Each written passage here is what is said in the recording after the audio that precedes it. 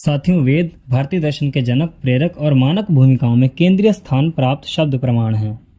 नमस्ते मित्रों, आज हम बात करेंगे साथियों वेद क्या हैं, वेद क्या कहते हैं और वेदों से हमें क्या सीखना चाहिए। साथियों, वेदों को सनातन धर्म का मूल ग्रंथ माना जाता है। साथियों, सृष्टि के आदि में सृष्टिकर्ता परमेश्वर ने वेदों का ज्ञान समाधि अवस्था में 4 ऋषियों को दिया।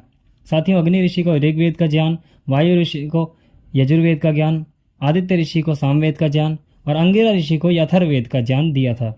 साथियों, वेदों में देवता, ब्राह्मण, ज्योतिष, गणित, औषधि, ज्ञान विज्ञान, भूगोल, धर्म, संगीत, उपासना, व्यापार, साहित्य, कला, सभ्यता, संस्कृति आदि विषयों का वर्णन है। साथियों, वेद इसलिए भी महत्वपूर्ण है क्योंकि ये किसी मनुष्य द्वारा नहीं रचे गए हैं बल्कि ईश्वर प्रदत्त हैं, जिन्हें ऋषियों ने योग की सबसे उत्कृष्ट अवस्था यानी कि समाधि अवस्था में ग्रहण किया। साथियों, वेदों को श्रुति भी कहा जाता है यानी कि सुना हुआ ज्ञान। और साथियों, वेद अपौरुषेय हैं जिसे कोई व्यक्ति नहीं बना सकता। साथियों, वेद ईश्वरकृत हैं। साथियों, पहले गुरुकुलों में श्रुति परंपरा ही चलती थी। साथियों, वेद ईश्वरीय वाणी है जिसमें वर्णित मंत्रों के अर्थ और अभिप्राय समझने के लिए शांत, गंभीर एवं चिंतन की आवश्यक है। साथियों, वेद 4 हैं: ऋग्वेद, यजुर्वेद, सामवेद और अथर्ववेद। साथियों, ऋग्वेद के छंदोबद्ध मंत्र ऋक या ऋचा कहलाते हैं। कुछ ऋचाओं के समूह को सूक्त कहते हैं, कई सूक्तों के समूह को मंडल का नाम दिया जाता है। संपूर्ण यजुर्वेद को 10 मंडलों में बांटा गया है जिसमें 1028 सूक्त तथा 10,552 मंत्र हैं। इसमें साथियों ब्रह्मांड के समस्त ज्ञान के भंडार समाहित हैं। साथ ही इसे विश्व की प्राचीनतम उपलब्ध कृति का गौरव भी प्राप्त है, यानी ऋग्वेद सबसे पुराना ग्रंथ माना गया है। साथियों, दूसरा वेद है यजुर्वेद। साथियों, यजुर्वेद को 2 भागों में बांटा गया है: कृष्ण यजुर्वेद तथा शुक्ल यजुर्वेद। कृष्ण यजुर्वेद में मंत्रों तथा उनके ब्राह्मणों का मिश्रण है। शुक्ल यजुर्वेद में केवल मंत्रों का ही संग्रह है। इस वेद में मंत्रों की कुल संख्या 1975 है। इसमें कर्मकांड की सामग्री तो है ही, साथ में दर्शन की भी सामग्री है। साथियों, तीसरा वेद है सामवेद। सामवेद संहिता के भी 2 भाग हैं: पूर्वार्चिक तथा उत्तरार्चिक। पूर्वार्चिक में अग्नि विषयक, इंद्र विषयक, सोम विषयक तथा विभिन्न देवता विषयक ऋचाओं का संग्रह है। उत्तरार्चिक में दशरथ, संवत्सर आदि अनुष्ठानों से संबंधित ऋचाएं हैं। इस वेद में मंत्रों की कुल संख्या 1875 है तथा इसका विषय संगीत और उपासना है। साथियों, चौथा वेद है अथर्ववेद। अथर्ववेद में रोगों के निवारण, शत्रुओं के संहार, दीर्घायु तथा स्वास्थ्य पाने, विवाह, व्यापार से संबंधित अनेक मंत्र हैं।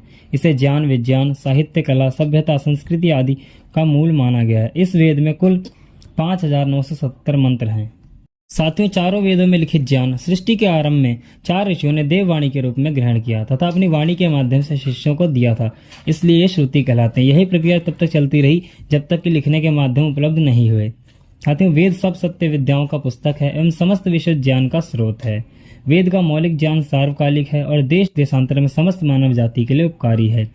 साथियों, जिस प्रकार पृथ्वी हमारी प्राकृतिक माता है उसी प्रकार वेद हमारी बौद्धिक और प्रज्ञा माता है। साथियों, वेद क्या कहते हैं? साथियों, वेद ईश्वर एक है और सच्चित आनंद है। ईश्वर अंतर्यामी, सर्वव्यापक एवं सर्वशक्तिमान है। ईश्वर निराकार है, अजन्मा है, अनंत और सृष्टि करता है। ईश्वर का सबसे पवित्र, सरल और निज नाम ओम है। ये भी साथियों वेदों में वर्णित है। साथियों, ओम में 3 अक्षर के ईश्वर के गुण कर्म स्वभाव का परिचय देते हैं, यानी साथियों सृष्टि की रचना करना, संचालन करना और प्रलय करना। साथियों, आत्मा न जन्म लेती है और न ही इसकी मृत्यु होती है। आत्मा का शरीर में प्रवेश जन्म और शरीर छोड़ना ही मृत्यु है। साथियों, जीवात्मा कर्म करने में स्वतंत्र है परंतु कर्मों के फल भोगने में वह ईश्वर के अधीन है। ईश्वर ने सृष्टि की रचना केवल भौतिक रसास्वादन के लिए नहीं की बल्कि मोक्ष प्राप्ति का साधन व्यवस्थित किया है। साथियों, सांसारिक सुख दुख, जन्म मरण के चक्कर से छूट जाने तथा आनंद स्वरूप परमात्मा के सानिध्य पाने को ही मोक्ष कहते हैं। जो सब सत्य विद्याओं का प्रसार करते हैं तथा उत्तम चरित्र वाले हैं वे आचार्य कहलाते हैं। साथियों, वेदों से क्या सीखें? साथियों, बुद्धिमान व्यक्ति सब कार्य गंभीर और उचित विचार के पश्चात ही प्रारंभ करके संपन्न करते हैं।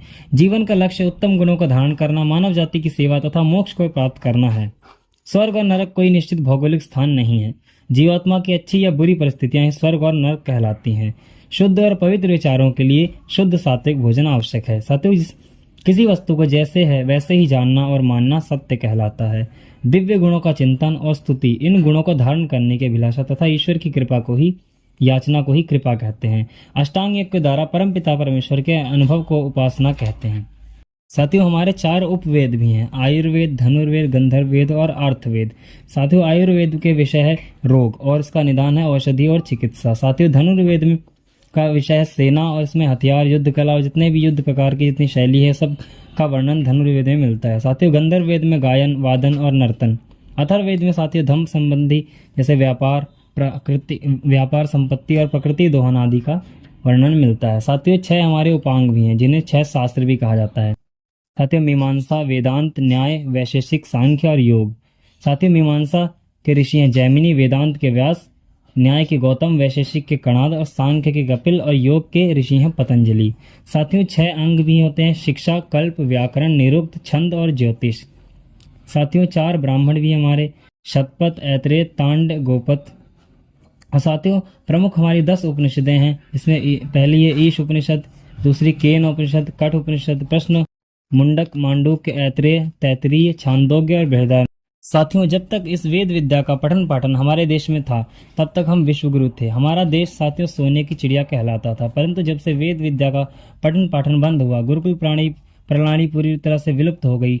साथियों देश हमारा गर्त में चला गया। वेद विद्या का ज्ञान न होने के कारण वेद की आज्ञा का उल्लंघन होने लगा और साथियों देश में भ्रष्टाचार, मांसाहार साथियों और मदिरापान आदि बढ़ गया। परिणाम स्वरूप साथियों देश में हमारे गरीबी, लाचारी, भुखमरी, देश में पाखंड बढ़ने लगे, नए नए मतांतरों का जन्म होने लगा, अंधविश्वास। साथियों परिणाम स्वरूप मुगलों और अंग्रेजों की दास्तां हमें झेलनी पड़ी। अगर साथियों हमें अपने राष्ट्र को पुनः जीवित करना है और उन्नति की ओर ले जाना है तो साथियों वेद विद्या का पठन पाठन पूरे देश में पुनः प्रारंभ करवाना होगा। साथियों गुरुकुलों को बढ़ावा देना होगा, तभी हमारे देश के युवा भगवान राम और भगवान कृष्ण की तरह इस राष्ट्र और धर्म की रक्षा कर पाएंगे। क्योंकि साथियों जो वेद में ईश्वर की आज्ञा है उसका पालन ही धर्म और उसका उल्लंघन करना ही अधर्म है। और साथियों धर्म के पालन से हमेशा सुख मिलता है और उसके उल्लंघन से सदैव दुख ही प्राप्त होता है।